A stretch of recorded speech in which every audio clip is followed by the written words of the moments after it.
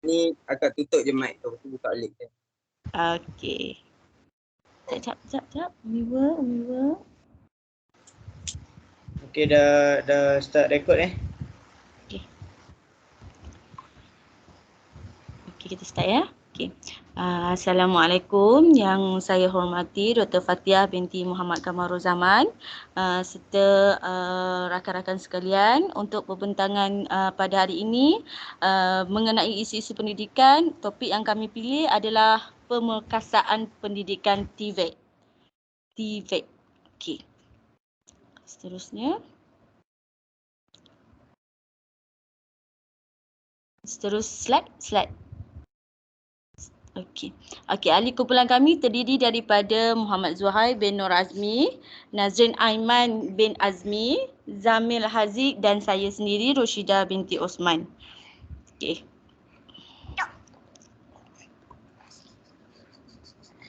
Okey, slide seterusnya.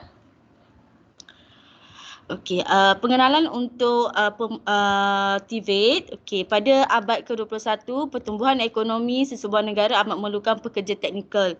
Yang mana pekerja teknikal ini mestilah ia berpengetahuan, berkemahiran yang dapat menyesuaikan diri dengan perubahan-perubahan teknologi pada masa kini. Okey, permulaan revolusi perindustrian keempat ini telah dikenali sebagai era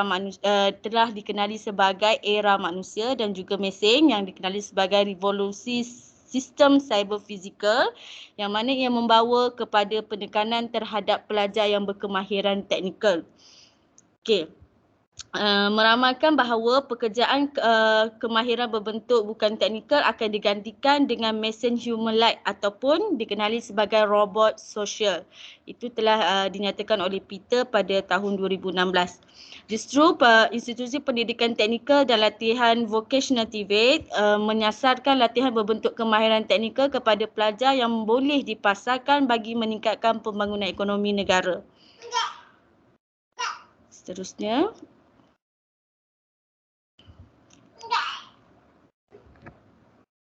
Okey, apa itu TVET? Okey. TVET juga dikenali sebagai Technical and Vocational Education Training, iaitu pendidikan dan latihan teknikal dan vocational. Ia merupakan satu program latihan yang yang berdasarkan standard pekerjaan yang diiktiraf, menekankan kepada kemahiran teknikal dan pendedahan kepada industri.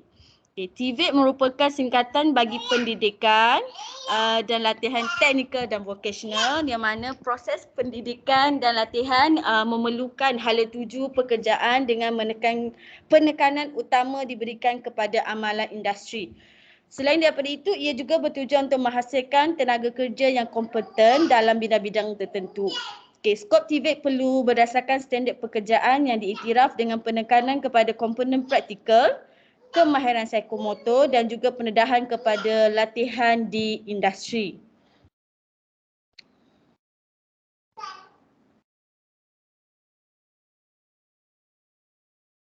Terdapat beberapa teori yang menyokong kepada pembangunan pemerkasaan TVET ini, antaranya teori modal insan, iaitu human capital yang diasaskan oleh Scott pada tahun 1967, teori kerjaya Holland pada 1985, teori aspirasi kerjaya oleh O'Brien pada tahun 1922, model keberkesanan pengajaran iaitu Nabilah 2012 dan juga model kebolehdapatan kerja Muhammad Satta dan Ros Amna pada 2010.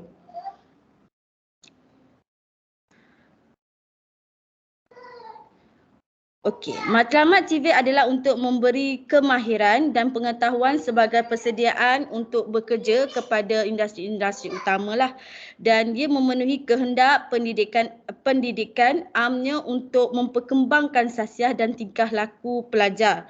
Okey, tingkah laku murid lah di sekolah. Dan dilengkapi dengan kefahaman, kebolehan untuk membuat pertimbangan serta dapat membuat penyesuaian dalam persekitaran yang berubah daripada persekitaran arus perdana kepada ke teknikal ataupun kemahiran-kemahiran yang baru.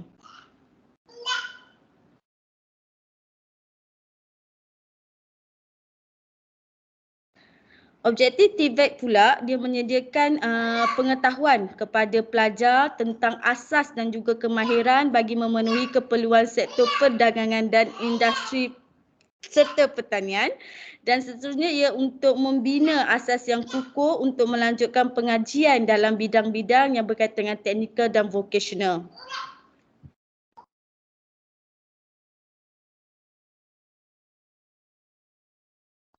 Biasanya kumpulan sasaran yang difokuskan untuk TVET ini dia beri kepada pelajar lepas CJ Pelajaran Malaysia iaitu SPM, dan juga kepada pelajar lepasan pentaksiran tingkatan 3. Dan yang mana kebanyakan daripada pelajar-pelajar lepasan SPM ni dia berpeluang untuk melanjutkan pelajaran dalam bidang CJ atau diploma sekiranya keputusan SPM kurang memberansangkan. Mereka boleh memilih kepada skop kemahiran bagi mempertingkatkan lagi bakat yang ada dalam diri pelajar.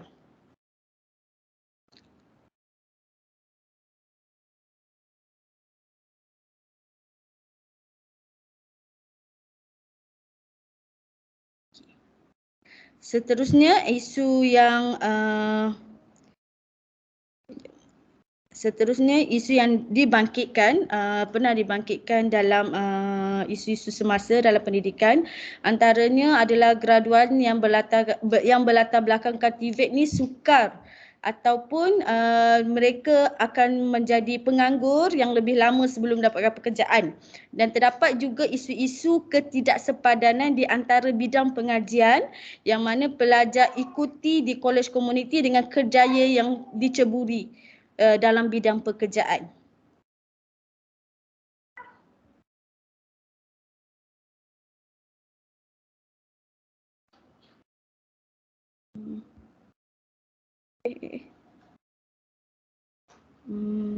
Seterusnya.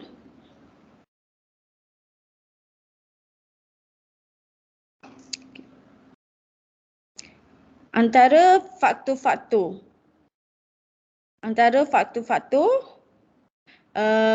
yang menyebabkan pemerkasaan ni menyebabkan pelajar ni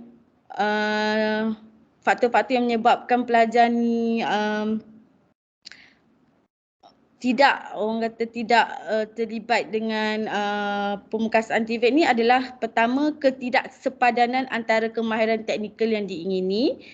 Yang kedua adalah kesepadanan personaliti, dan yang ketiga pemberian latihan yang tidak sepadan.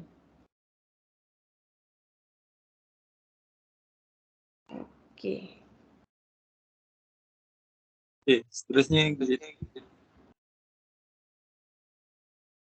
Seterusnya saya serahkan kepada rakan yang akan kepada rakan seperjuangan. Okey, seterusnya saya akan sambung untuk cabaran. Antara cabaran yang pertama ialah tiada penyelarasan data TVET. Okay, yang pertama, keperluan pelaburan yang tinggi dalam menyediakan fasiliti pusat sehenti data TVET. Keperluan pembangunan kepakaran dan kemahiran dalam bidang penganalisisan data. Yang ketiga, keperluan kerahsiaan data.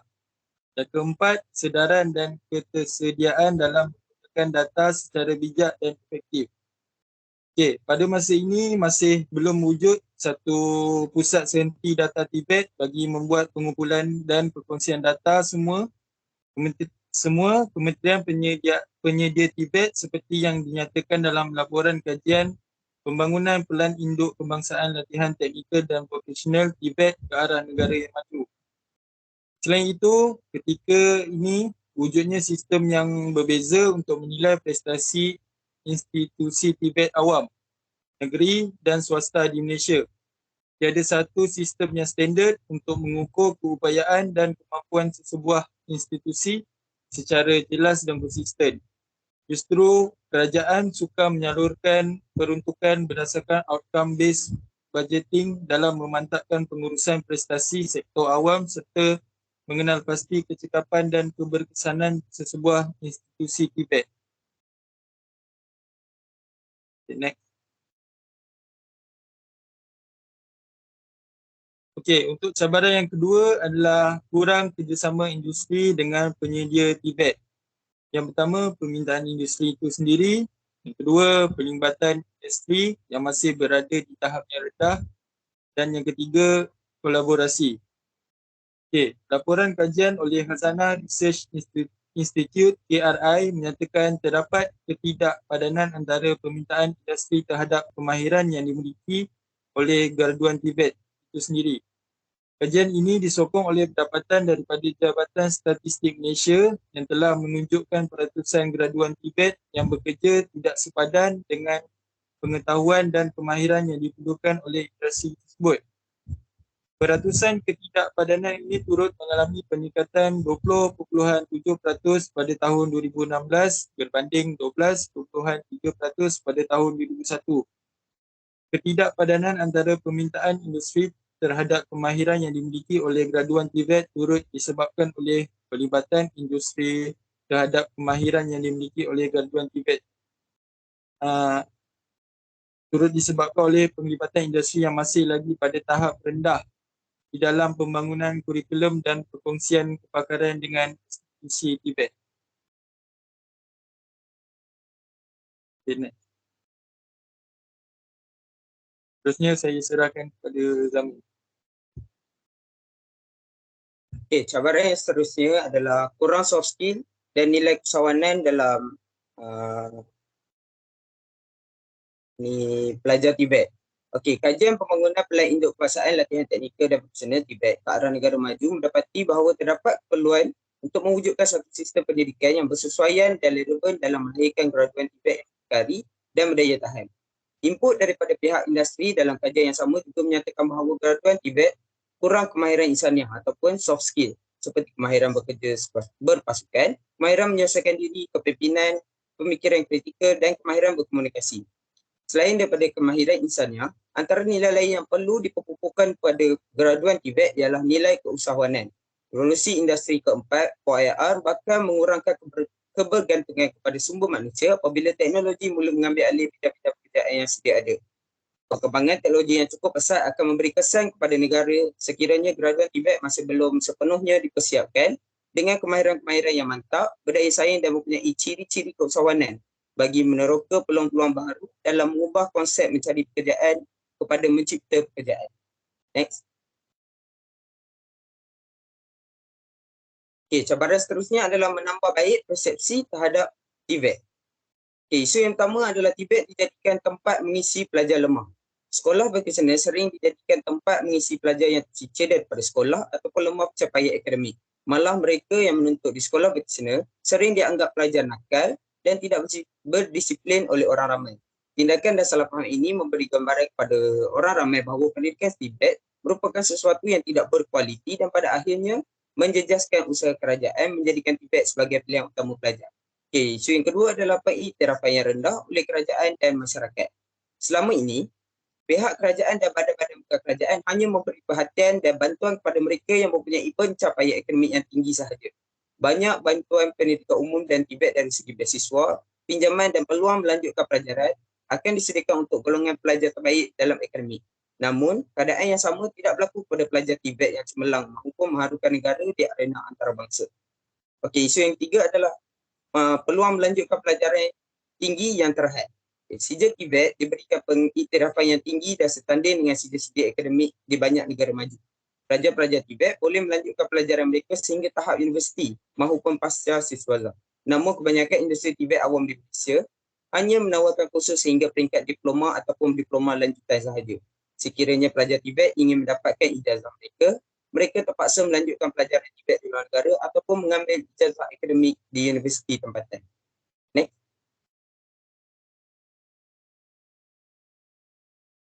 Okay, cabaran yang seterusnya adalah mengarus perdanakan TVET. Isu yang pertama adalah bilangan kemasukan pelajar TVET yang rendah. Perspektif negatif orang ramai terhadap pendidikan TVET telah digambarkan oleh kadar kemasukan pelajar di pelbagai institusi TVET berbanding dengan pendidikan akademik. Pada tahun 2010, hanya seramai lebih kurang 25,000 pelajar memasuki sekolah teknik dan vokasional jika dibandingkan dengan 453,000 orang pelajar yang menduduki SPM. Isu yang kedua adalah syarat kemasukan yang terlalu tinggi. Salah satu penghalang utama hasrat kerajaan mengharus perdanakan pendidikan Tibet datang daripada syarat kemasukan yang digunakan kepada kebanyakan kursus Tibet ditepati terlalu tinggi bagi golongan sasarannya. Ramai di antara mereka juga tidak dapat menguasai bahasa Melayu, bahasa Inggeris dan matematik maupun gagal dalam pemeriksaan PMR.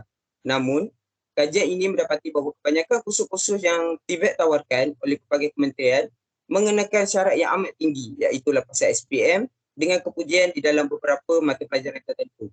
Dan isu yang terakhir sekali adalah tiada penyelarasan di antara agensi-agensi menawarkan kursus Tibet. Okay. Statistik kasar yang diperoleh daripada Jabatan Pembangunan Kemahiran menunjukkan terdapat lebih kurang 538 buah universiti awam dan negeri menawarkan pendidikan Tibet di Malaysia. Masalah yang paling besar sekali ialah kualiti dan tahap sijil Tibet yang dikeluarkan oleh kementerian dan institusi berlainan adalah tidak seragam. Misalnya, Giat Mara mempunyai sistem pensijilan sendiri yang berlainan daripada sijil kemahiran Malaysia yang dikeluarkan oleh Kementerian Sumber Manusia. Next. Antara cadangan penyelesaian yang kami boleh kemukakan untuk menyelesaikan isu Tibet ni adalah membangunkan platform digital perkongsian data. Okay. Satu, pusat sentinel data Tibet untuk pengumpulan dan perkongsian data merentasi kementerian dengan menggunakan platform digital perlu diwujudkan. Perkongsian maklumat ini berkaitan dengan permintaan dan penawaran dalam sektor pekerjaan, enrolment semasa institusi Tibet awam dan swasta, jumlah graduan Tibet, data pengesanan graduan Tibet, jumlah institusi Tibet semasa, jumlah pelajar dan prestasi institusi Tibet. Diseru satu polisi yang jelas harus dibangunkan bagi mewajibkan semua kementerian ataupun agensi ataupun institut Tibet itu sendiri berkongsi data melalui pusat sehenti data Tibet. Okay, kemudian mereka juga perlu menambah baik instrumen pengesanan graduan.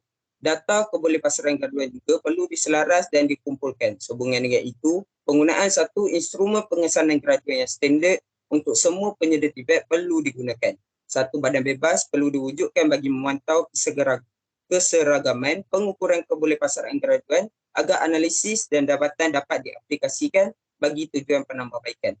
Okay, seterusnya saya serahkan kepada Muhammad Zahid.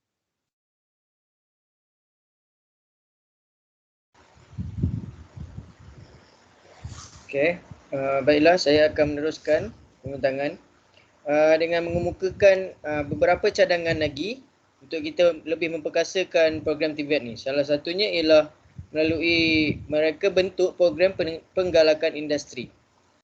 Inisiatif yang pertama yang boleh kita lakukan adalah melalui penubuhan jawatankuasa Tibet VIP ataupun lebih dikenali sebagai Tibet Value Industry Partners. Jawatankuasa Tibet VIP ini ditubuhkan bertujuan untuk mempromosikan Tibet dalam kalangan industri secara berfokus. Tibet VIP dilaksanakan antara institusi Tibet dengan rakan kongsi industri ataupun majikan Tibet yang terkenal dengan serta berwibawa bagi melaksanakan beberapa program kesedaran yang berkaitan dengan peluang pekerjaan dalam Tibet. Baiklah, inisiatif yang kedua pula ialah dengan penubuhan jawatankuasa industri kebangsaan. Jawatankuasa industri peringkat kebangsaan merupakan satu jawatankuasa yang diberi peranan dalam semak dan imbang perjalanan pengurusan Tibet negara. Kerjasama yang erat antara industri dan juga kerajaan hendaklah bermula di peringkat awal perancangan Tibet negara. Hal ini merupakan satu hal yang penting bagi memastikan hasrat dan pandangan daripada industri turut dipertimbangkan.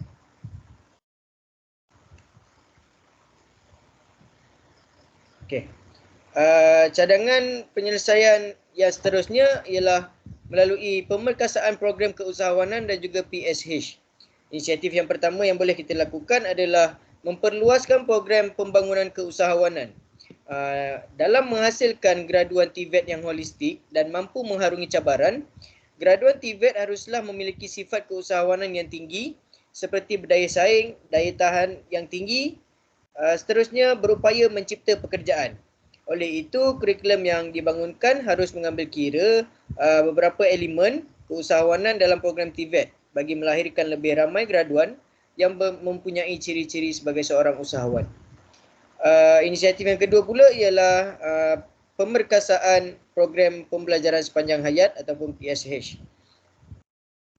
Dalam menuju ke arah model ekonomi sepanjang hayat,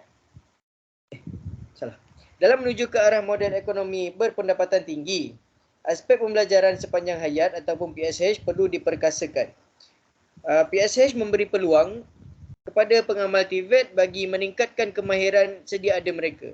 Penekanan kepada budaya PSH dalam kalangan pekerja dan juga pengamal TVET boleh dilaksanakan melalui pensijilan supaya kemahiran yang mereka ada tu boleh diiktiraf. Baiklah, inisiatif yang terakhir bagi cadangan ini ialah memperkukuhkan lagi kemahiran insaniah pelajar. Sejajar dengan falsafah pendidikan kebangsaan, pembangunan program TVET yang dipacu industri tidak boleh mengenepikan elemen-elemen moral dan juga etika. Malah perlu terus diperkukuhkan kerana kemahiran insaniah seperti kepimpinan dan juga komunikasi perlu dititikberatkan untuk melahirkan lepasan TVET yang mempunyai jati diri yang seimbang dan harmonis dari segi akhlak, intelek, rohani, emosi dan juga rohani. Jasmani, maafkan saya. Okey. Cadangan penyelesaian yang terakhir pula ialah melalui pemantapan imej profesional TVET. Inisiatif yang pertama ialah dengan mengadakan kempen kesedaran TVET melalui media baharu. Strategi hebahan kempen kesedaran TVET mestilah menggunakan pelbagai saluran media baharu dan juga media elektronik. Sebagai contoh, satu laman sesawan TVET yang rasmi perlu dibangunkan supaya ianya dapat memudahkan perkongsian informasi yang berkaitan dengan TVET dalam negara, seterusnya merupakan menjadi satu platform bagi mempromosikan TVET negara kita. Baiklah, inisiatif yang seterusnya ialah menganjurkan rancangan reality TV TVET. Reality TV TVET. Okay. Melalui penganjuran rancangan reality TV yang berkaitan dengan TVET ini akan memaparkan cabaran pelaksanaan tugas dan juga persekitaran sebenar kerjaya dalam bidang TVET dan juga mampu meningkatkan kesedaran terhadap kepentingan kemahiran dan juga teknikal dalam pembangunan ekonomi negara. Rancangan TV ini juga boleh diadakan secara bersiri dan memaparkan kemahiran untuk memberi inspirasi kepada belia untuk mengambil aliran TVET sebagai laluan kerjaya. Inisiatif yang terakhir pula ialah menghasilkan cerita pendek yang berkaitan dengan TVET. Kisah kejayaan alumni yang datangnya daripada bidang TVET ataupun yang alumni dalam bidang TVET ni dan penciptaan pekerjaan baharu sebagai usahawan yang berjaya perlu didendangkan untuk mempromosikan laluan kerjaya TVET kepada masyarakat melalui penyiaran cerita pendek TVET yang memaparkan kisah kejayaan alumni-alumni yang datangnya daripada program TVET itu sendiri. Baiklah, cadangan penyelesaian yang terakhir adalah melalui bantuan daripada pihak kerajaan. Mengapa saya mengatakan seperti itu? Kerana peruntukan yang diberikan kepada pendidikan TVET ni adalah sebanyak 6.8 bilion ringgit. Seterusnya, program latihan madani HRD Corp sebanyak 20 juta ringgit. Program latihan ini merangkumi program latihan semula dan peningkatan kemahiran kepada usahawan PMKS dan juga golongan rentan. Yang ketiga pula, pensijilan profesional yang diberi dana sebanyak 100 juta ringgit. Program ini diiktiraf oleh industri kepada graduan TVET dan juga sebagai insentif industri untuk bekerjasama dengan institusi TVET awam. Akhir sekali, melalui dana latihan TVET iaitu sebanyak 180 juta ringgit. Melalui Perbadanan Tabung Pembangunan Kemahiran PTPK, termasuk 20 juta ringgit dihaskan untuk upskilling dan juga pensijilan dalam bidang maritim, aswara dan juga MRO aero angkasa.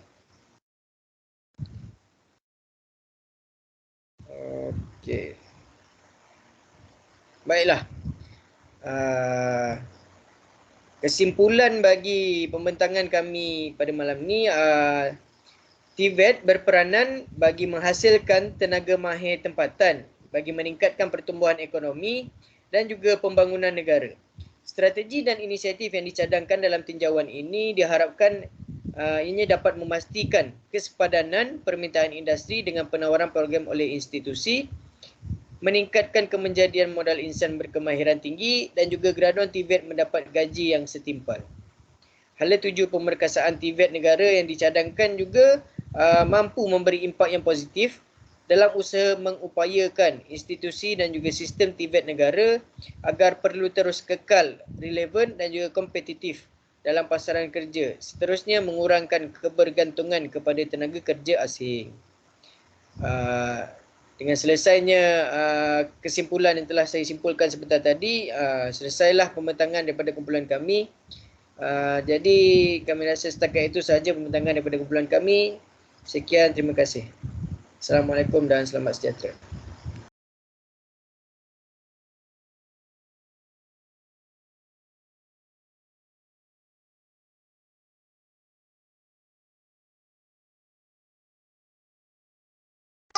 Okey.